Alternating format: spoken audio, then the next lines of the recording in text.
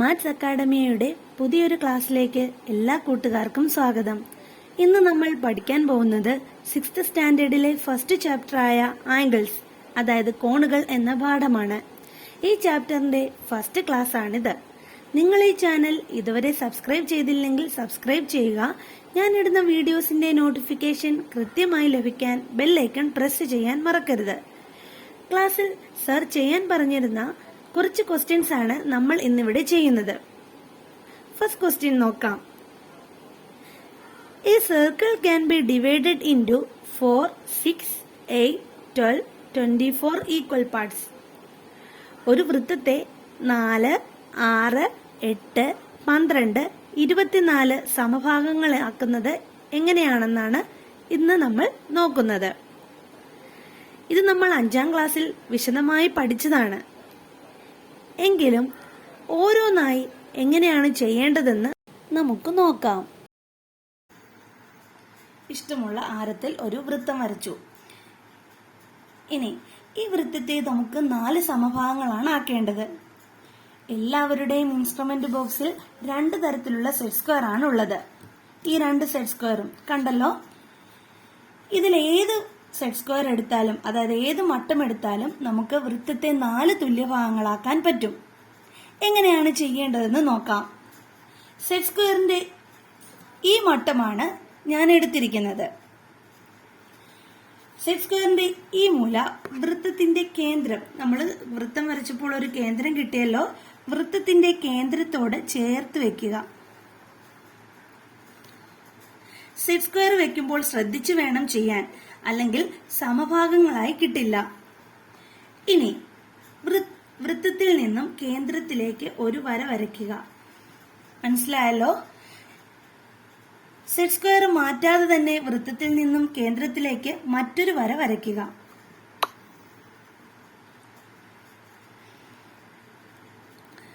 ഇനി കേന്ദ്രത്തിൽ നിന്നും വൃത്തത്തിലേക്ക് വര വരച്ചപ്പോൾ ഇങ്ങനെ കിട്ടിയല്ലോ, അതായത് ഇവിടെ ഒരു കോണാണ് നമുക്ക് കിട്ടിയത്. ഇനി സെറ്റ് സ്ക്വയർ ഇതേപോലെ മാറ്റിവെച്ച് വൃത്തത്തിൽ നിന്നും കേന്ദ്രത്തിലേക്ക് മറ്റൊരു വര വരയ്ക്കുക. മനസ്സിലായല്ലോ? ഇപ്പോൾ പകുതി ഭാഗം കഴിഞ്ഞു. ഇനി ബാക്കിയുള്ള ഭാഗമാണ് ചെയ്യേണ്ടത്. എങ്ങനെയാണെന്ന് നോക്കാം. മുകളിൽ ചെയ്തതുപോലെ തന്നെ താഴ്ഭാഗത്തും ഇങ്ങനെ തന്നെ ചെയ്താൽ മതി. വൃത്തത്തിന്റെ കേന്ദ്രത്തോട് ചേർത്ത് വേണം നമുക്ക് സെറ്റ് സ്ക്വയർ വെക്കാൻ. ഇനി വൃത്തകേന്ദ്രവുമായി യോജിപ്പിക്കുക. മനസ്സിലായല്ലോ? ഇപ്പോൾ നോക്കിക്കേ, വൃത്തത്തെ നമ്മൾ 4 സമഭാഗങ്ങളാക്കി. ഇവിടെ 4 കോണുകൾ ഉണ്ടെന്ന് നിങ്ങൾക്ക് മനസ്സിലായല്ലോ. 1, 2, 3, 4 അങ്ങനെ 4 കോണുകളായി. വൃത്തത്തെ 4 സമഭാഗങ്ങളാക്കിയപ്പോൾ ഇവിടെ നിങ്ങൾക്ക് 4 കോണുകൾ ഉണ്ടെന്ന് മനസ്സിലായി. ഇനി വൃത്തത്തെ 6 സമഭാഗങ്ങളാണ് ആക്കേണ്ടത്. നമ്മൾ നേരത്തെ മാറ്റിവെച്ച സെറ്റ് സ്ക്വയർ ആണ് ഇതിനായി ഉപയോഗിക്കേണ്ടത്. ഈ സെറ്റ് സ്ക്വയറിലെ ഏറ്റവും വലിയ കോൺ ഏതാണ്? ഈ സെറ്റ് സ്ക്വയറിലെ ഏറ്റവും വലിയ കോൺ ഇതാണ്. ഈ കോൺ ഇതാണ് മട്ടകോൺ, റൈറ്റ് ആംഗിൾ. ഇതല്ലാത്ത രണ്ടാമത്തെ വലിയ കോണാണ് ഇത്. ഈ കോണാണ് നമുക്ക് വൃത്തത്തെ 6 ഭാഗങ്ങളാക്കാൻ, അതായത് 6 സമഭാഗങ്ങളാക്കാൻ ഉപയോഗിക്കേണ്ടത്. അത് നമ്മൾ നേരത്തെ ചെയ്തതുപോലെ വൃത്തത്തിന്റെ കേന്ദ്രത്തിലേക്ക് ചേർത്ത് വെക്കുക. മനസ്സിലായല്ലോ? ഇനി കറക്റ്റായിട്ട് അളവ് കിട്ടണമെങ്കിൽ നമ്മൾ എന്ത് ചെയ്യണം? ഇതിന് നമുക്ക് പോയിന്റ് ഇട്ട് പോവാം. അതായത് വൃത്ത കേന്ദ്രത്തോട് ചേർത്ത് വെക്കുക, എന്നിട്ട് ഇവിടെ പോയിന്റ് ഇടുക. എന്നിട്ട് നമുക്ക് അത് വൃത്തകേന്ദ്രത്തിലേക്ക് യോജിപ്പിക്കുക. ഇനി സെറ്റ് സ്ക്വയർ അല്പം നീക്കി ഇപ്പോൾ വരച്ച വരയോട് ചേർത്ത് വെക്കുക. മനസ്സിലായല്ലോ? ഇവിടെയായി പോയിന്റ് ഇടുക. ഇനി വൃത്തകേന്ദ്രത്തോട് നീട്ടി യോജിപ്പിക്കുക. ഇനി അടുത്തതായി ഇപ്പോൾ വരച്ച വരയോട് ചേർത്ത് വീണ്ടും സെറ്റ് സ്ക്വയർ വെക്കുക. മനസ്സിലാവുന്നുണ്ടല്ലോ? അവിടെ ഒരു പോയിന്റ് ഇടുക. എന്നിട്ട് ഈ വര വൃത്തകേന്ദ്രത്തോട് നീട്ടി വരയ്ക്കുക. ഇനി ഇപ്പോൾ പകുതി ഭാഗം കഴിഞ്ഞു. ഇപ്പോൾ ചെയ്തതുപോലെ തന്നെയാണ് ബാക്കിയുള്ള ഭാഗവും നമ്മൾ ചെയ്തെടുക്കേണ്ടത്. കുത്തിട്ട് വരയ്ക്കുകയാണെങ്കിൽ നമുക്ക് കറക്റ്റായിട്ട് അളവ് കിട്ടും. ഇനി ആറാമത്തേത്.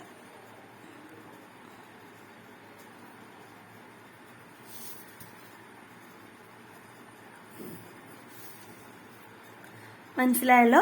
ഇവിടെ ഇപ്പോൾ നമ്മൾ വൃത്തത്തെ 6 സമഭാഗങ്ങളാക്കി. അപ്പോൾ വൃത്തത്തെ ഇവിടെ 6 കോണുകളുമുണ്ട്. മനസ്സിലാവുന്നുണ്ടല്ലോ? 1, 2, 3, 4, 5, 6. അടുത്തതായി നമ്മൾ ചെയ്യേണ്ടത് വൃത്തത്തെ 8 സമഭാഗങ്ങളാക്കേണ്ടതാണ്. നമ്മൾ ആദ്യം എടുത്ത സെറ്റ് സ്ക്വയർ ഇതിനായി എടുക്കുക. ഈ സെറ്റ് സ്ക്വയറിന്റെ പ്രത്യേകത എന്താണെന്ന് നിങ്ങൾക്ക് മനസ്സിലായോ? ഇതിന്റെ 2 കോണുകളും തുല്യമാണ്. ശ്രദ്ധിച്ചോ? ഈ കോണും ഇതിന്റെ തുല്യമാണ്. അതായത് ഈ കോൺ വെച്ച് വരച്ചാലും ഈ കോണ് വെച്ച് വരച്ചാലും 8 ഭാഗങ്ങൾ തന്നെയാവും കിട്ടുക. ആദ്യം നമുക്ക് നേരത്തെ ചെയ്തതുപോലെ തന്നെ വൃത്തകേന്ദ്രത്തിലോട്ട് ഒരു വര വരയ്ക്കുക. എന്നിട്ട് സെറ്റ് സ്ക്വയർ ഇങ്ങനെ ചേർത്ത് വെച്ചിട്ട് വൃത്തത്തിലൊരു കുത്തിടുക. എന്നിട്ട് ഇത് നീട്ടി വരയ്ക്കുക. മനസ്സിലായല്ലോ? ഇനി അടുത്തത് വൃത്തത്തിലൂടെ ചേർത്ത് വെക്കുക.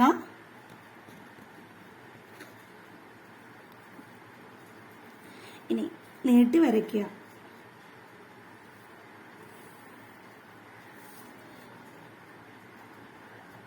വൃത്തത്തോട് ചേർത്ത് വെച്ച് കുത്തിടുക.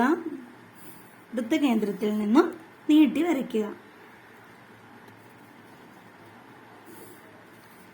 ഇപ്പോൾ പകുതി ഭാഗം കഴിഞ്ഞല്ലോ.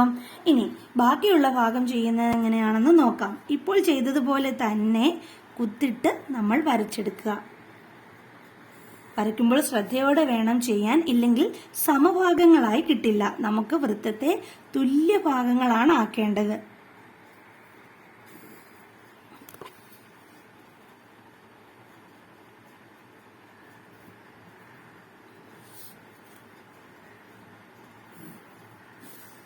ഇപ്പോൾ നോക്കിക്കേ, വൃത്തത്തെ 8 തുല്യഭാഗങ്ങളാക്കുന്നത് എങ്ങനെയാണെന്നാണ് നമ്മളിപ്പോൾ കണ്ടത്. ഇനി അടുത്തതായി കാണേണ്ടത് 12 തുല്യഭാഗങ്ങളാക്കേണ്ടത് എങ്ങനെയാണെന്നാണ്. വൃത്തത്തെ 12 ഭാഗങ്ങളാക്കുന്നത് എങ്ങനെയാണെന്ന് നോക്കാം. നമ്മൾ ആ വലിയ സെറ്റ് സ്ക്വയർ എടുക്കുക. വലിയ സെറ്റ് സ്ക്വയറിന്റെ വലിയ കോൺ വെച്ച് നമ്മൾ വരച്ചായിരുന്നല്ലേ. ഇനി ഇതിലെ ഏറ്റവും ചെറിയ കോണാണ് നമുക്ക് 12 ഭാഗങ്ങളാക്കാൻ വേണ്ടത്. അപ്പോൾ നമുക്കിത് ഇവിടെ വെച്ച് നമുക്ക് വരയ്ക്കാൻ പറ്റില്ല. അപ്പോൾ നമുക്ക് കറക്റ്റായി കിട്ടില്ല. അപ്പോൾ നമ്മൾ എന്ത് ചെയ്യണം? ഈ സെറ്റ് സ്ക്വയർ ഒന്ന് അറേഞ്ച് ചെയ്ത് വെക്കണം. ആദ്യം ഈ സൈഡിലോട്ടാണ് അത് വെക്കേണ്ടത്. ആദ്യം നമുക്ക് വൃത്തകേന്ദ്രത്തിലേക്ക് നീട്ടി വരയ്ക്കണം. ഇനി എന്ത് ചെയ്യണം? ഇനി അടുത്തതായി വൃത്തകേന്ദ്രത്തിൽ നിന്നും ചേർത്ത് വെച്ചിട്ട് ഒരു കുത്തിടുക. എന്നിട്ട് നീട്ടി വരയ്ക്കുക. മനസ്സിലായല്ലോ? അടുത്തതായി വീണ്ടും ഇപ്പോൾ വരച്ച വരയോട് ചേർത്ത് വെച്ച് കുത്തിട്ടതിന് ശേഷം വര നീട്ടി വരയ്ക്കുക. ഈ സെറ്റ് സ്ക്വയറിന്റെ ഈ മൂല ചേർന്ന് കൂർത്തല്ലാതെ ഇരിക്കുന്നത് കൊണ്ടാണ് നമ്മൾ ഇത് ചെയ്യുമ്പോൾ കുറച്ച് അറേഞ്ച് ചെയ്ത് ചെയ്യുന്നത്. മനസ്സിലായല്ലോ? കൂർത്ത് സെറ്റ് സ്ക്വയർ ആണെങ്കിൽ നമ്മൾക്ക് ഇങ്ങനെ ചേർത്ത് വെച്ച് തന്നെ വരയ്ക്കാം. ഈ സെറ്റ് സ്ക്വയറിന്റെ ഈ മൂല കൂർത്തല്ലല്ലോ, നോക്കി അഗ്രം വളഞ്ഞാണ് ഇരിക്കുന്നത്. അതുകൊണ്ടാണ് നമ്മളത് കുറച്ച് മാറ്റി അറേഞ്ച് ചെയ്ത് വരയ്ക്കുന്നത്.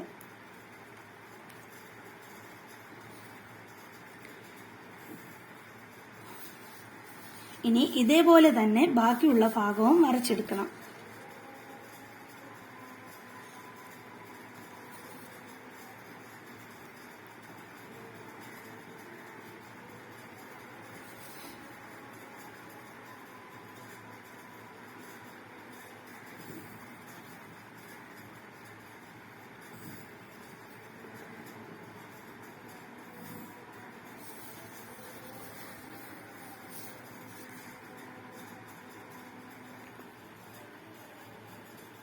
ആദ്യം ഇങ്ങനെ കുത്തിട്ട് പോയതിനു ശേഷം ഒരുമിച്ച് വരച്ചെടുത്താലും മതി. പക്ഷെ ചെയ്യുമ്പോൾ അത് ശ്രദ്ധിച്ച് ചെയ്തില്ലെങ്കിൽ നമുക്ക് കറക്റ്റ് ആയിട്ടുള്ളത് കിട്ടില്ല.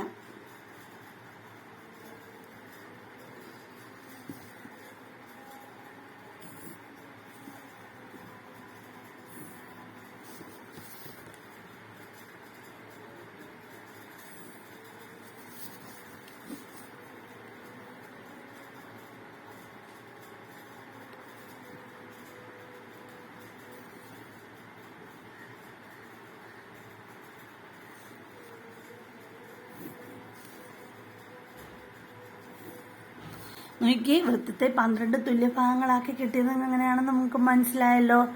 ഇനി അടുത്തതായി നമുക്ക് സാറ് ഹോംവർക്കായി തന്ന 24 സമഭാഗങ്ങൾ എങ്ങനെയാക്കേണ്ടതെന്ന് നമുക്ക് നോക്കാം. Divide A circle into 24 equal parts. ഒരു വൃത്തത്തെ 24 സമഭാഗങ്ങളാക്കുക. ഇതായിരുന്നു നമ്മുടെ ഹോംവർക്കായി സാറ് തന്നിരുന്നത്. ഇതെങ്ങനെയാണ് ചെയ്യേണ്ടതെന്ന് നമുക്ക് നോക്കാം. ആദ്യം ഇതേപോലെ ഒരു വൃത്തം വരയ്ക്കുക. നിങ്ങൾക്ക് ഇഷ്ടമുള്ള റേഡിയസിൽ വൃത്തം വരയ്ക്കാം, അതായത് ഇഷ്ടമുള്ള ആരത്തിൽ. വൃത്തം വരച്ചതിന് ശേഷം നമുക്ക് ഇതിനെ 4 തുല്യ ഭാഗങ്ങളായി ആദ്യം വിഭജിക്കാം. അപ്പോൾ അതിനായി നമ്മൾ 2 സെറ്റ് സ്ക്വയർ ഉണ്ട്. ഇഷ്ടമുള്ള സെറ്റ് സ്ക്വയർ ഇതിനായി ഉപയോഗിക്കാം. അപ്പോൾ നമ്മൾ നേരത്തെ ചെയ്തതാണ് 4 ഭാഗങ്ങൾ എങ്ങനെയാണ് ആക്കേണ്ടതെന്ന്. അതേപോലെ തന്നെ 4 തുല്യ ഭാഗങ്ങളാക്കുക.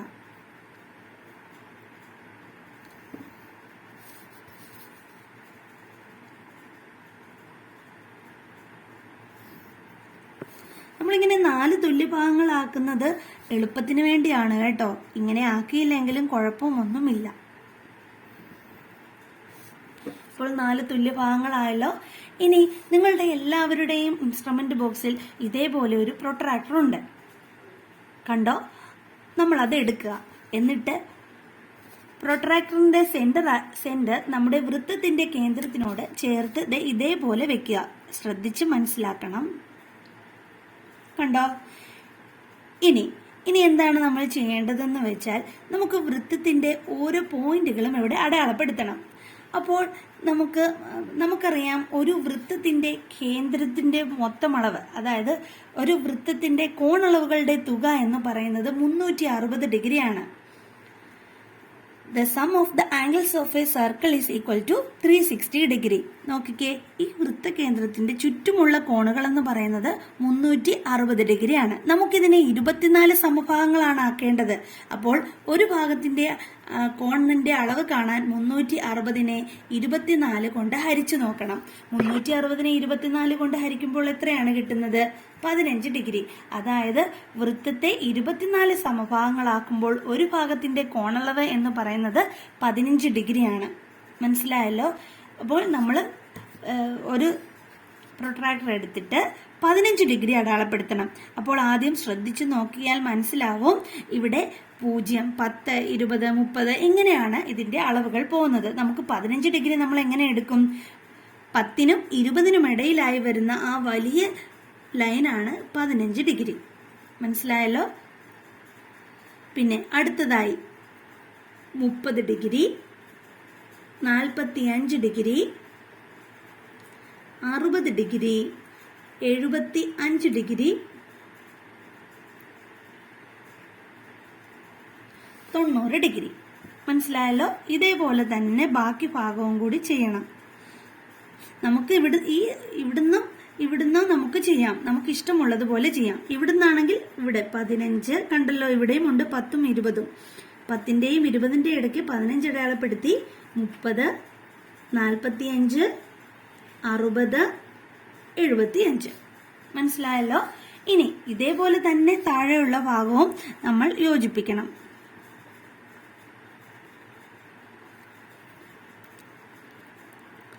15, 30, 45, 60, 75, 90. ഇത് കൂടാതെ ഇവിടെ നിന്നും 15, 30, 45, 60, 75, 90. മനസ്സിലായല്ലോ? ഇനി നമുക്ക് ഈ ലൈൻ എല്ലാം ഒരു സ്കെയിൽ ഉപയോഗിച്ച് യോജിപ്പിച്ച് വരയ്ക്കുക.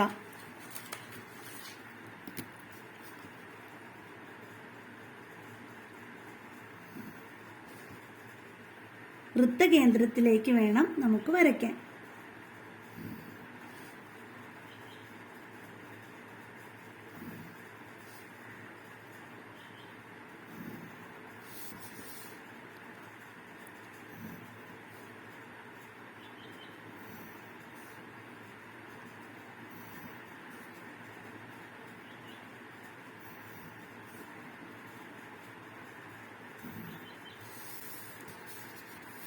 ഇനി ബാക്കിയുള്ളതും കൂടി ഇങ്ങനെ യോജിപ്പിച്ച് വരയ്ക്കണം.